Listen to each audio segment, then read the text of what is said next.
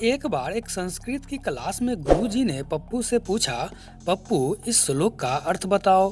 कर्मण्येवाधिकारस्ते माँ फलेषु कदाचन। पप्पू बोलता है, राधिका शायद रास्ते में फल बेचने का काम कर रही है। गुरुजी बोलते हैं, मूर्ख, ये अर्थ नहीं होता। अच्छा चलो इसका अर्थ बता। बहुनी में वेति तानी जनमानी तब चार्जुन। पप्पू बोलता है, मेरी बहू के कई बच्चे पैदा हो चुके हैं, सभी का जन्म 4 जून को हुआ है। गुरुजी गुस्सा हो गए। उसने फिर पूछा, तमसो माँ ज्योतिर्गमे, इसका अर्थ बता। तो पप्पू बोला, तुम सो जाओ माँ, मैं ज्योति से मिलने जाता हूँ।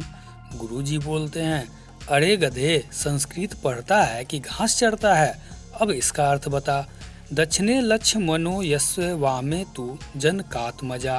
पप्पू बोलता है, दक्षिण में खड़े होकर लक्ष्मण बोला, जनक आजकल तू तो बहुत मजे में है। गुरुजी बोलते हैं, अरे पागल, तुझे एक भी श्लोक का अर्थ नहीं मालूम है क्या? पप्पू बोलता है, मालूम है ना सर। गुरुजी बोले, तो ठीक है, आखिरी बार पूछता हूँ, इस श्लोक का सही सही अर्थ बताना। हे पार्थ, तोया चापी मम चापी, क्या अर्थ है, जल्दी से बता। पप्पू बोलता है, महाभारत के युद्ध में श्री कृष्ण भगवान अर्जुन से कह रहे हैं कि गुरुजी उत्साहित होकर बीच में ही कहते हैं, हाँ शाबाश, बता क्या कहा श्री कृष्ण ने अर्जुन से। तो पप्पू बोला, भगवान बोले, अर्जुन तू भी चाय पी ले, मैं भी चाय पी लेता हूँ, फिर युद्ध करेंगे। गुरुजी बेहोश।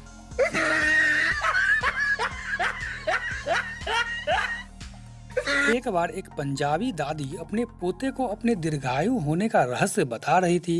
दादी बोल रही थी, अन्न पाचन अच्छा होने के लिए मैं बियर लेती थी, भूख बढ़ाने के लिए व्हाइट वाइन, और जब बीपी लो होता था तो रेड वाइन, हाई बीपी होता था तो वोडका, और सर्दी हो तो ब्रांडी लेती थी। इतना सुनने के बाद पोता बोलता है, तो फिर आप पानी कब पीती थी? तो दादी बोली, चल हट, इतनी बीमार तो मैं कभी पड़ी ही नहीं। no, no, no, no. एक बार एक बुजुर्ग औरत ने अपने पति पर तलाक का केस कर दिया। अदालत में जब जज ने पूछा, माता जी, शादी के तो इतने समय बाद तलाक लेने की कोई खास वजह है क्या? बुढ़िया बोलती है, जज साहब, ये मुझे मानसिक रूप से प्रताड़ित करते हैं। जज बोले, वो कैसे?